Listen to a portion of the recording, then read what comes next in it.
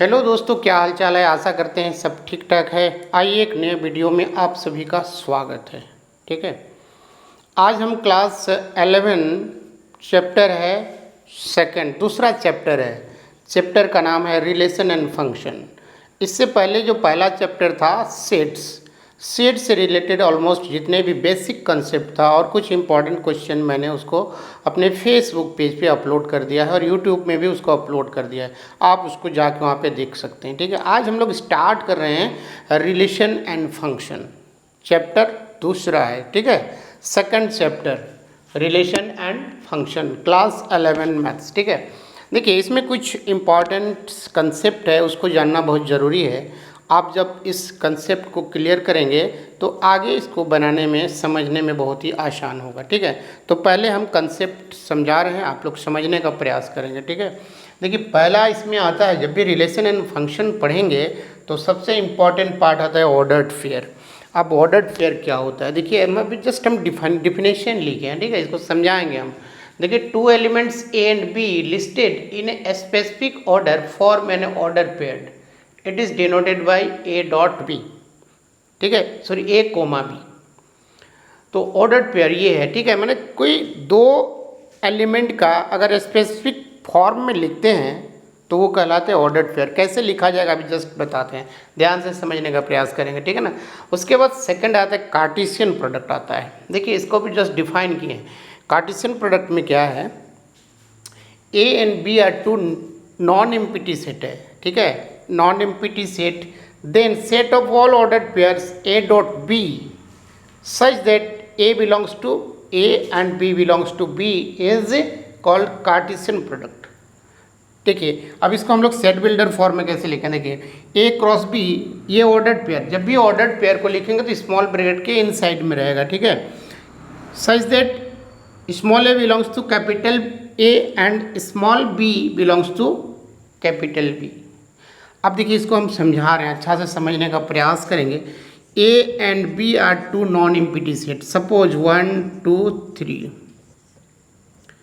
And another set b 2 5। ठीक है, इसमें 1 2 3, बी में है 2 5। अब कार्टेशियन प्रोडक्ट भी इसमें समझा देंगे। ठीक है, और ऑर्डर्ड पेयर भी समझा, दोनों क्लियर हो जाएगा।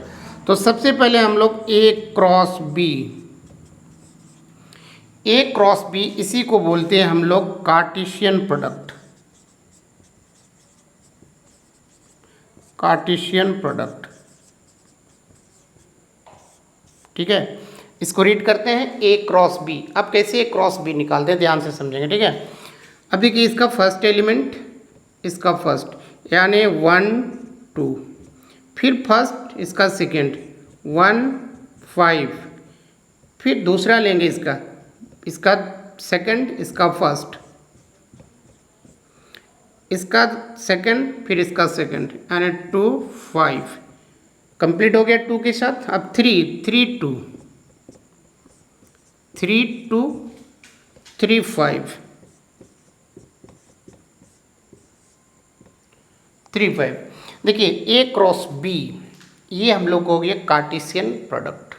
ठीक है, इसको क्या बोलते हैं, कार्टेशियन प्रोडक्ट। और कार्टेशियन प्रोडक्ट जो लिखे हैं ए क्रॉस बी, ये भी एक क्या है, सेट है। और इसमें जो हम लिखे हैं इस छोटा ब्रैकेट के इन साइड में, यही है ऑर्डर्ड पेयर। ये क्या है, ऑर्डर्ड पेयर है। ठीक है, तो दोनों बातें क्लियर हो गई कि कार्टेशियन प्रोडक्ट क्या होता है और ऑर्डर्ड पेयर क्या होता है। उसके बाद ध्यान से आप लोग इसको देखेंगे। देखिए यहाँ जो फर्स्ट एलिमेंट है, ये first element always belong to set A. ठीक है, और उसके बाद सेकंड एलिमेंट जब देखेंगे, सेकंड एलिमेंट ध्यान से, second element always belongs to set B. देखिए हम डिफिनेशन भी पहले लिख दिए हैं कि first element belongs to A and second element that is B belongs to capital B. ठीक है, जब ये ए क्रॉस बी लिए हैं तब, अब इसमें अगर हम बी क्रॉस ए ले लेते हैं, ठीक है, बी क्रॉस ए ले लेंगे, उस केस में क्या होगा कि first element belongs to b and second element belongs to a हो जाएगा। क्लियर है? ठीक है, चलिए ठीक है, ये कार्टेशियन प्रोडक्ट समझ में आ गया, ऑर्डर्ड पेयर समझ में आ गया। अब इसमें और दो चीज़ समझना है। देखिए कार्टेशियन प्रोडक्ट में है ना, यहाँ पे थोड़ा सा जगह कम है, फिर भी यहीं पे कोशिश करते हैं। देखिए ए क्रॉस बी जब ये नॉन एम्पिटी है, क्या है ये? नॉन एम्पिटी, मतलब इसमें कुछ एलिमेंट है, जैसे यहाँ भी एलिमेंट है, यहाँ पर भी एलिमेंट है, उस केस में हम लोग ये लिखे, ठीक है। लेकिन इसमें से कोई अगर एम्पिटी सेट हो जाएगा, कोई अगर क्या हो जाएगा? एम्पिटी सेट हो जाएगा, तो ए क्रॉस बी भी क्या होगा? ये भी एम्पिटी हो जाएगा, ठीक है। आइदर ए इज एम्पिटी और B is empty, then A cross B is also empty set, कोई भी उसमें ऑर्डर्ड पेयर नहीं बनेगा, ठीक है। इसको याद रखेंगे आप लोग। उसके बाद इन जनरल क्या होता है, आप लोग इसको याद रखेंगे, a cross B is not equal to b cross a. In general, in general क्या होता है कि a cross B is not equal to b cross e, ठीक है।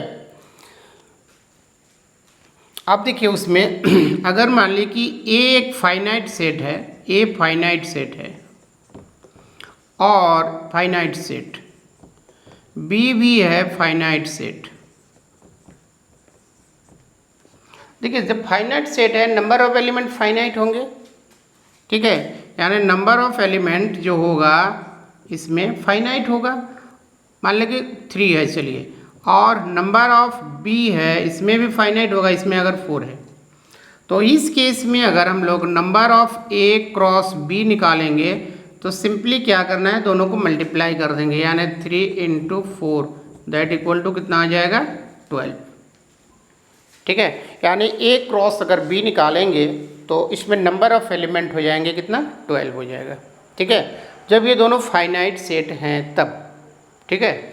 और इसमें से कोई अगर इनफाइनाइट सेट है तो उस केस में इसका जो ए क्रॉस बी निकालेंगे वो भी क्या आएगा? इनफाइनाइट आएगा, ठीक है। चलिए आज के लिए इतना ही करते हैं हम लोग। ये हम लोग का कुछ बेसिक कंसेप्ट था सेकंड चैप्टर का, रिलेशन एंड फंक्शन का, ordered pair and Cartesian product. Cartesian product I hope समझ में आया होगा, ऑर्डर्ड पेयर समझ में आया होगा।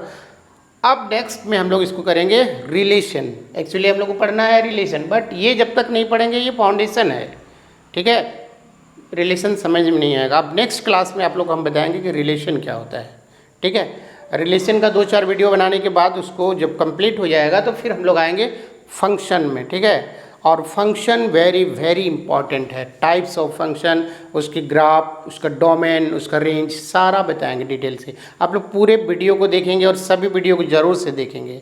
अगर वीडियो पसंद आ रहा है तो शेयर, लाइक और कमेंट ज़रूर करेंगे, ठीक है। और मेरे फेसबुक पेज को ज़रूर से आप लोग फॉलो कर लेंगे। और मेरा YouTube channel DN maths classes है, उसका लिंक मैं दे दूँगा, उसको ज़रूर से आप लोग सब्सक्राइब कर लेंगे और ऑल का नोटिफिकेशन दबा लेंगे, ठीक है। आज के लिए इतना ही। Thank you, have a nice day.